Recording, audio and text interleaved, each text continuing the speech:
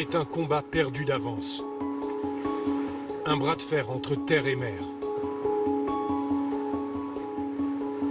Entre l'homme qui avance coûte que coûte et l'océan qui le forcera tôt ou tard à reculer.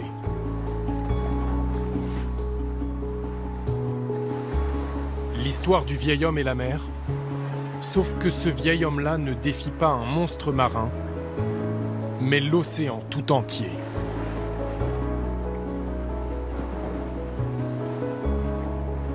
Avec ses vagues, ses rafales et ses tempêtes qui engloutissent peu à peu la terre où il a bâti sa maison.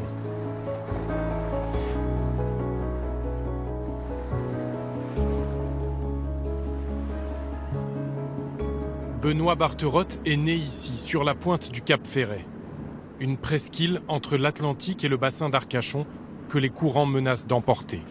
Le Téchant, le courant qui vide les 2/3 du bassin, est guidé par la façade d'Arcachon, qui est derrière cette pointe. Donc normalement, la résultante des courants devrait conduire à traverser le Cap Ferret, qui n'est qu'un banc de sable. Et c'est nos ouvrages qui empêchent ça. L'œuvre de sa vie, c'est cette digue de 500 mètres de long. Un rempart contre l'érosion qu'il inspecte chaque matin et renforce tous les jours à coups de tonnes de pierres et de gravats. C'est bon.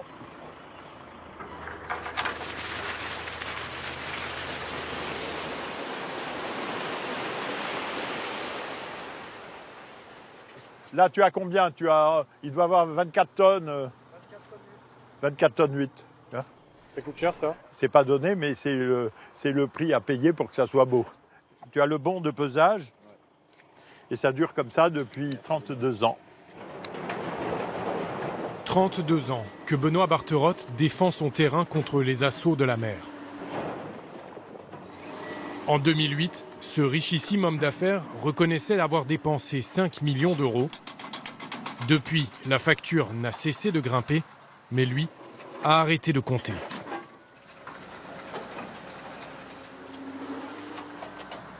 Je suis monté jusqu'à 60 camions par jour.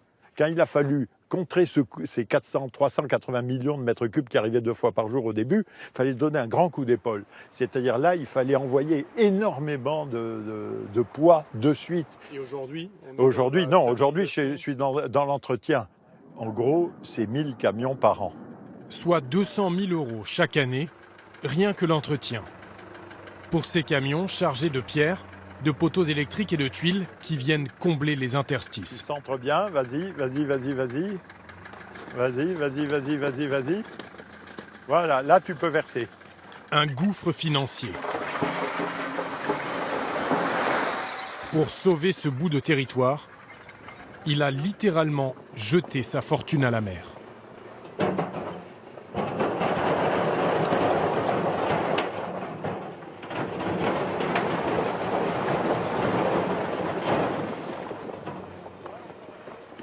Vous en pensez quoi en tant qu'habitante de la région? Mais heureusement qu'il est là, sinon personne ne l'aurait fait, je pense. Personne n'a proposé de l'aider.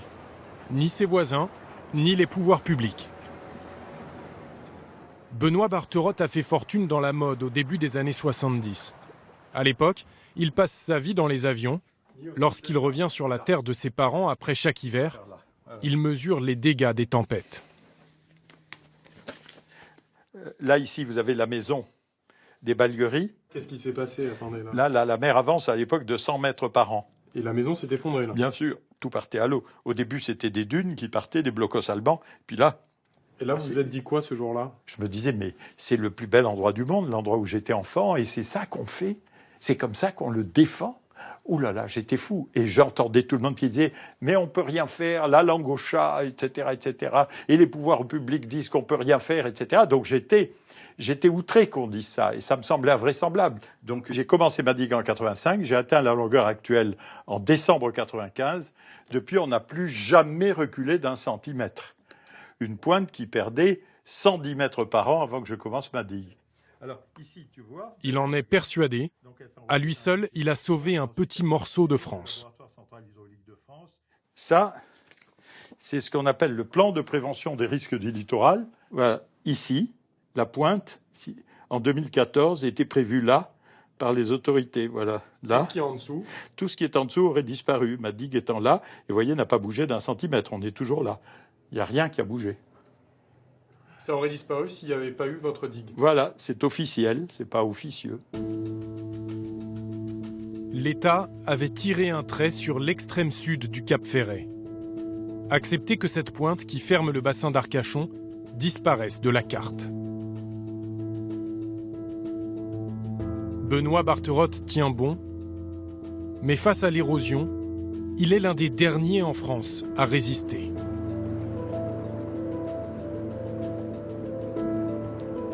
Partout ou presque, la mer gagne du terrain.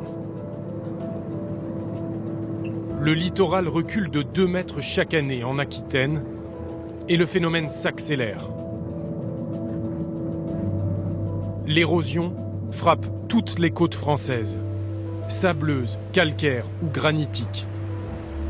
En 50 ans, la France a ainsi perdu 26 km² de son territoire, l'équivalent de la ville de Caen, avalée par la mer. Quelle est l'origine de cette catastrophe naturelle silencieuse? Pourquoi ceux qui en sont victimes sont-ils abandonnés à leur sort? Nous avons mis le cap sur l'océan et longé cette côte aquitaine, l'une des plus exposées, les plus directement confrontées à cette question simple. Peut-on encore vivre en bord de mer contre vents et marées?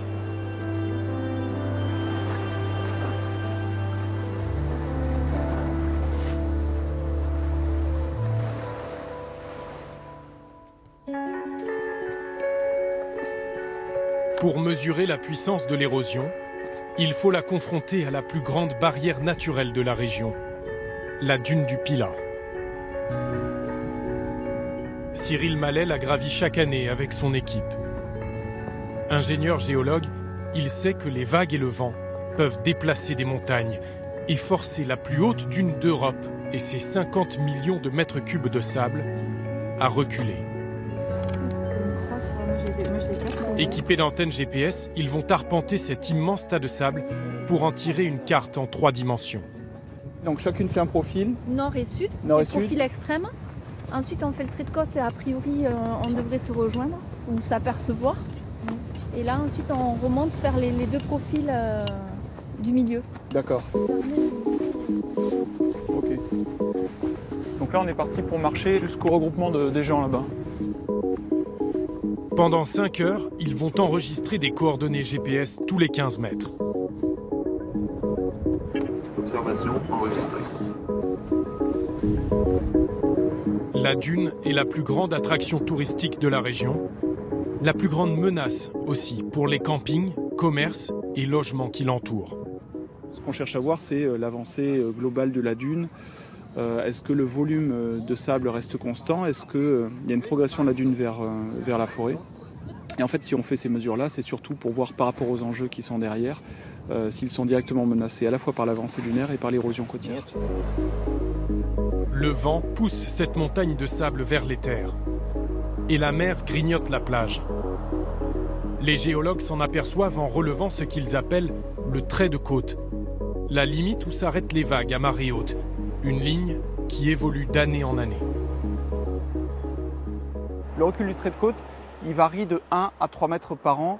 Et ici, dans ce point très précis qui est assez en érosion au niveau de la dune du Pilat, le trait de côte peut reculer jusqu'à 5 mètres par an.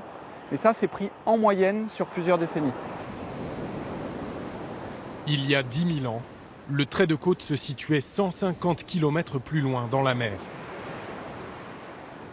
Et cette plage était une forêt. Alors ça, c'est de la tourbe.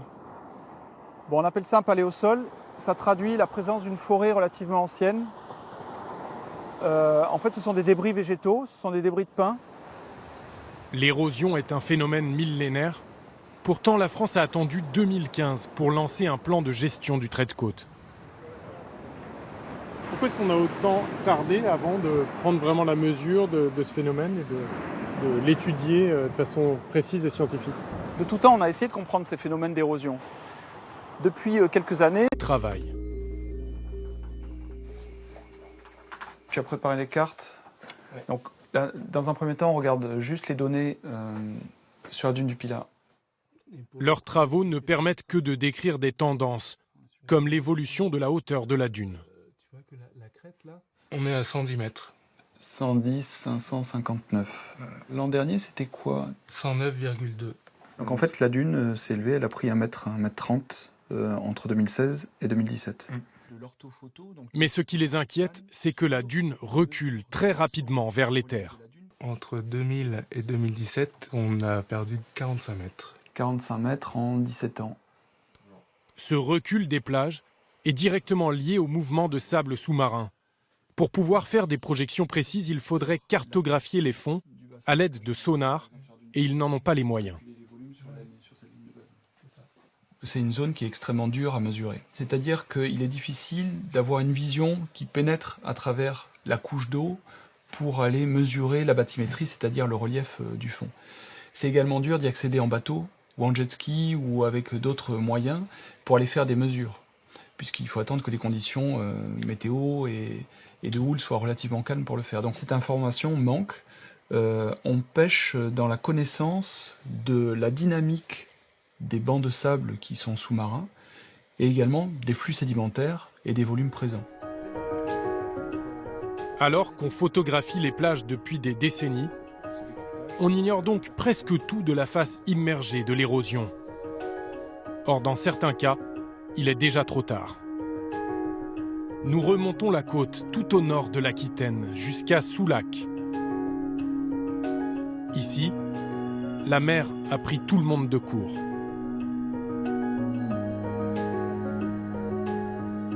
Cet immeuble, le Signal, en est devenu le symbole. Et ses habitants, des dizaines de familles, les premiers réfugiés de l'érosion. Qu'est-ce que ça vous fait de revenir ici? Gros sur la patate. Ouais. Là, ça faisait 6 mois en fait que j'étais pas revenu. Bon, c'est une véritable agonie. Hein. Bon, c'est peut-être un bien grand mot, mais c'est ça, quoi. Bon. Vous voyez un peu le spectacle. Jean-José Guichet y a acheté un 3 pièces en 1978. Au premier étage, avec vue sur la mer. Bon, là, on va rentrer dans mon appartement. Hein. Enfin, ou du moins ce qu'il en reste. L'endroit où il pensait passer sa retraite est aujourd'hui à l'abandon, vandalisé. Oui, et ben... Oh, c'est l'horreur absolue. Ouais. Bon, ben ça, c'était une salle de séjour. Hein. C'était assez sensationnel, même quand il y avait des grosses tempêtes, de voir un petit peu... On a l'impression d'être sur un bateau. Il avait payé 125 000 francs, l'équivalent de 65 000 €, cet appartement qu'il comptait un jour léguer à ses petits-enfants. Quand vous avez acheté, vous vous êtes inquiété des problèmes d'érosion? Non, on n'en parlait pas du tout. On n'en parlait pas du tout. La mer était au moins à 250 mètres. Alors, et maintenant, l'eau est à 20 mètres. 230 mètres de plage ont disparu sous ses yeux. D'abord peu à peu, puis en quelques jours, lors des tempêtes de 2014. Et on a vu, si vous voulez, le trait de côte arriver à 20 mètres. Donc à ce moment-là, la décision du maire a été de dire « j'évacue le bâtiment, vous partez, vous êtes virés ». Et c'est là qu'ont débuté tous nos problèmes. En moins d'une semaine, les 78 copropriétaires sont sommés d'abandonner les lieux, sans la moindre contrepartie. L'un d'eux, Vincent Duprat, est un ancien juriste. Au lendemain de l'évacuation, il découvre le gouffre juridique dans lequel les entraîne le Signal. Contrairement aux catastrophes naturelles, inondations ou glissements de terrain, l'érosion ne donne droit à aucune indemnisation. L'État ergote, dit ah ben oui, mais c'est de l'érosion littorale, ça n'est pas prévu par le texte. Or nous disons, nous sommes dans un cas de mouvement de terrain, nous sommes perchés sur une falaise dunaire qui est à peu près à 8-9 mètres au-dessus du littoral, et c'est la falaise dunaire qui va s'effondrer. Ça n'est pas un problème de submersion, c'est un problème d'effondrement de la falaise dunaire. Donc indemnisez-nous comme vous l'avez fait pour d'autres sinistrés. L'État a fini par leur proposer 15% de la valeur de leurs biens. Ils ont refusé et porté l'affaire devant le Conseil d'État. En attendant, les copropriétaires paient des charges, assument des frais de procédure, doivent assumer le syndic, puisque nous sommes toujours propriétaires. Nous n'avons pas le droit d'entrer chez nous, nous avons été expulsés. Donc, certains qui habitaient à l'année ont dû se reloger et assument un loyer, alors qu'ils paient des crédits sur le logement dont ils sont propriétaires et dans lequel ils ne peuvent même pas entrer. C'est invraisemblable, c'est une situation critique et désastreuse. Le cas du Signal fera jurisprudence. Car des immeubles en bord de mer, il y en a des milliers le long des côtes françaises. Alors faudra-t-il un jour reloger et indemniser tous leurs propriétaires ? Sans compter que ce ne sont pas que des habitations qui sont menacées, mais aussi des bijoux du patrimoine.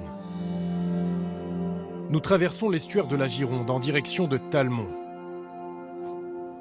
Les vignes de plusieurs grands crus bordelais et certains des plus beaux villages de France sont installés à flanc de falaise. Impossible de les déplacer. Talmont était au XIIe siècle une redoutable place forte. Ses remparts ont survécu à tous les assauts. Seuls ceux des vagues menacent aujourd'hui la Bastide. Le maire a dû interdire l'accès à certaines zones du village, car les falaises s'effritent dangereusement. En période d'été, où on a des hausses de température, fait que ça assèche le calcaire. Et on sait très bien que le fait d'assécher ce calcaire, dès que les forts coefficients remontent, dès que la marée monte, dès que les vagues commencent à donner des coups sur cette falaise, malheureusement, détache des blocs entiers. Il est évident aujourd'hui que l'érosion, on ne l'arrêtera pas, mais on peut freiner cette évolution. Le département a déjà dépensé 1,5 million d'euros pour des renforts en béton cloués sur la falaise. Les vagues les ont emportés. Le maire envisage une autre solution.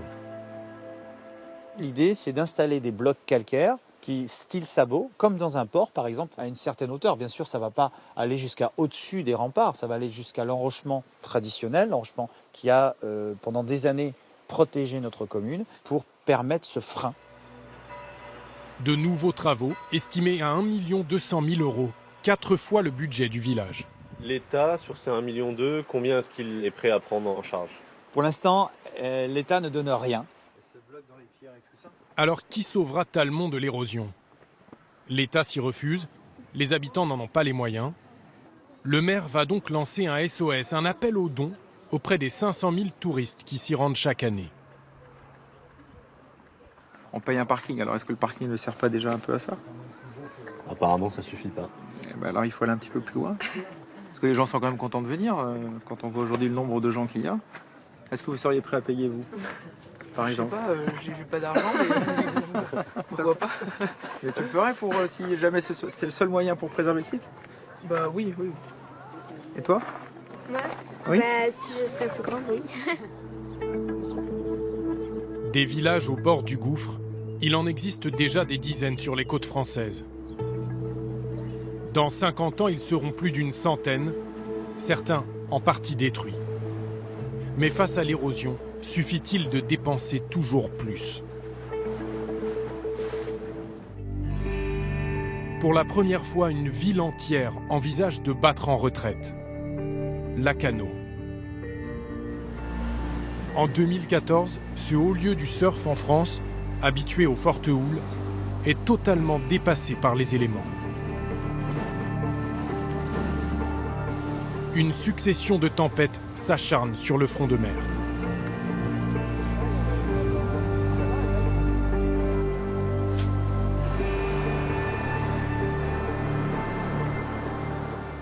C'était un élément qui était complètement en furie devant. La nature, c'est une machine infernale. Qu'est-ce qu'on peut faire contre elle? Quand on parle de lutte contre l'érosion, le mot lutte... Jérôme Augereau est photographe de bord de mer. Mais cet hiver 2014 l'a transformé en sentinelle de l'érosion. Il a vu le trait de côte reculer de dizaines de mètres en quelques jours à peine. Et continue aujourd'hui à documenter la progression de la mer, invisible à l'œil nu.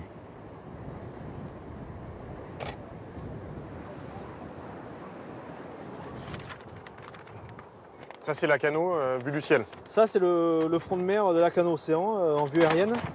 Et les points rouges, c'est quoi là? Ça, ce sont tous les points fixes, les points de prise de vue, les points de référence. Et donc là, nous sommes à l'extrémité nord, au niveau de la maison de la Glisse, sur l'esplanade. À chacun de ces lieux, il prend une photo par semaine avec le même angle et le même appareil. Je répertorie vraiment toutes les photos avec la date et l'heure de prise de vue. Et ça, en fait, cette initiative, elle est hyper importante pour les spécialistes. Il a rejoint le comité de concertation de Lacanau et tente, par ses photos, de convaincre les autres habitants Il se mérite ce point de vue. Qu'il n'est plus possible de lutter, que l'avancée de l'océan est inéluctable. Auparavant, le trait de côte, il arrivait là, il était comme ça. Et après? Là, maintenant, il est là. On a perdu toute cette zone. Toute cette zone qui correspond à une quinzaine, une vingtaine de mètres. En fait, on s'est retrouvés au lendemain de tout cet épisode de tempête avec un trait de côte à l'endroit même où il était, prévisionné pour 2040. Du coup, en l'espace de 3 mois, on avait quasiment perdu 30 ans. La tempête a balayé toutes les prévisions et toutes les certitudes. La ville a d'abord paré au plus pressé en reconstruisant une digue d'1 kilomètre de long. Avant d'envisager l'impensable, la relocalisation, c'est-à-dire le déménagement des habitants les plus exposés. En 2014, ça sortait même pas de la bouche des gens. Le mot relocalisation? Déjà même le mot érosion, vous aviez certaines personnes qui vous disaient mais non, il n'y a pas d'érosion, le trait de côte ne recule pas. Alors ironiquement, on leur demandait si en fait c'était peut-être pas les terres qui avançaient sur l'océan.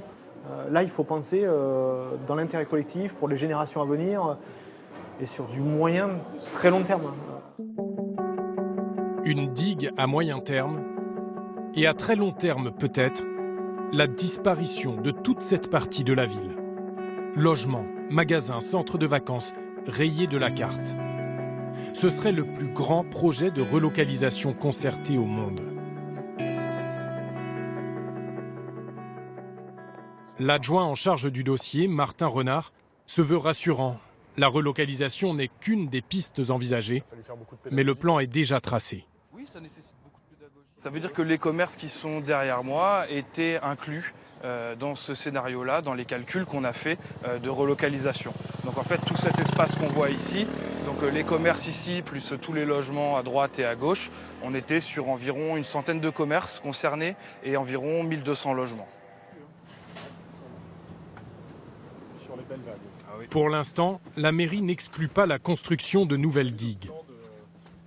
Oui, ici, vous avez les deux scénarios qui sont en cours de réflexion et d'étude. Un scénario qui envisage une protection donc beaucoup plus importante et à beaucoup plus long terme, c'est-à-dire jusqu'à au moins l'horizon 2100, mais également un scénario qui prend en compte une éventuelle relocalisation de ce front de mer. Et donc on voit une disparition de cette fameuse première ligne qui est aujourd'hui protégée par l'ouvrage actuel. Qu'est-ce qui coûterait le plus cher d'ailleurs? Aujourd'hui, on est à peu près à un rapport de 1 sur 10 de coûts entre protection et relocalisation.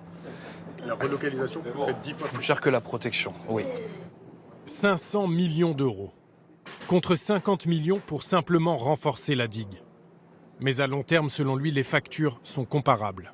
La relocalisation, c'est une piste envisagée puisque c'est une des solutions qu'on peut considérer aussi comme les plus durables par rapport à la protection. Parce que la protection, aujourd'hui, coûte moins cher, mais à terme, dans le temps, si on prend une échelle de temps très longue, ça ne fera qu'être exponentiel. Sauf qu'à court terme, dans cette station balnéaire, l'intérêt immédiat n'est sûrement pas d'abandonner le front de mer, en particulier pour les commerçants les plus proches de la plage. Bernard Marquesto gère 200 couverts dans 2 restaurants, ouverts 7 mois par an. On est tout près de la mer ici. Ah, là, plus près, c'est compliqué après. Il faut avoir les pieds dans l'eau, quoi. Non, là, c'est nickel. Bientôt, vous aurez les pieds dans l'eau? Non, c'est pas demain la veille encore, je pense. Très honnêtement, d'abord, je ne vois pas comment on pourrait reculer, ou alors ça voudrait dire un investissement dans de la destruction, avec des abandons de commerce, avec plein de choses. Je pense que ça coûterait vraiment très très très cher à tout le monde, à l'État, à la commune, et qu'aujourd'hui, ce n'est pas d'actualité sur la Cano. On peut déjà faire avec ce qu'on a correctement et intelligemment, donc sans être obligé d'aller tout pousser derrière. Hein. Si vous, demain, on vous dit qu'il faut reculer la ville de 200 mètres, vous vous y opposerez? Ah oui, je pense que ça sera la guerre de toute façon, oui, ça c'est sûr. La mairie l'a promis, ce sont les habitants qui trancheront. Or ici, certaines voix portent plus que d'autres. Celles de ceux qui vivent depuis toujours au bord de l'eau et connaissent parfaitement l'océan. Gérard de Péris est une légende à la Cano, le premier des shippers, ces fabricants de planches de surf. Il s'est mesuré à toutes les vagues du monde, celles qui vous portent et celles qui vous emportent. À la tête du comité de concertation, lui l'a parfaitement accepté. La relocalisation est la seule issue possible pour la Cano et pas seulement. Reculer face à la mer, c'est pas un aveu d'échec d'une certaine façon? Non, je crois pas. Non. Non, c'est-à-dire que jusque-là, le problème, on n'en avait pas forcément conscience parce que on avait encore de la dune devant, donc c'était pas un souci. Et maintenant, on en prend vraiment conscience et je pense que toutes les villes qui se trouvent maintenant en arrière, mais quand même à proximité de la face avant de la Cano, des côtes françaises, doivent prévoir de comment faire à terme et d'essayer d'évaluer de combien peut reculer les côtes. Toute une vie dans le sable, au milieu des pins. L'océan, au bout du jardin, un peu plus proche chaque année. C'est un autre vieil homme qui fait face à la mer. Une autre voie possible. Comme en réponse à Benoît Barterotte, le résistant du Cap contre le sage de Lacano. Protéger à tout prix ou accepter de reculer. Un choix qui s'impose désormais à tous ceux qui veulent vivre ici, au bord de la mer, au bout de la terre.